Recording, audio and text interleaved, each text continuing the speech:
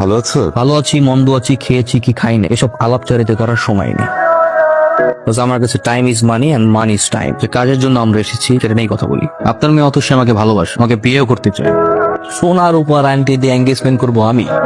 লেই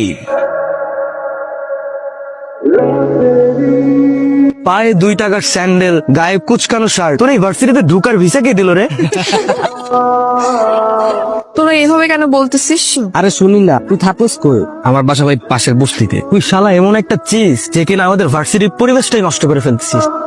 এটা হচ্ছে প্রাইভেট ইউনিভার্সিটি, এখানে স্মার্ট আর রিচ কিডরা পড়তে আসে। আর তোর মতো আবুল ইউনিভার্সিটিতে চান্স কেমনে পাইলি? তোর তো একটা জুতা কেনার সামর্থ্য নাই, আর তুই ইউনিভার্সিটির সেমিস্টার ফি কিভাবে দিস? হ্যাঁ, ও না তোদের মতো ড্যামেজ স্টুডেন্ট না যে সেমিস্টার ফি দিয়ে পড়তে হবে। ও 100% ওয়েবার পেয়েছে, আর এই ইউনিভার্সিটিতে পড়তে ওর কোনো টাকাই লাগে না। ওর মেধা দিয়ে চান্স পেয়েছে। দেখো তো এটা কেমন। এ তো ছেলেদের জুতা, তোমার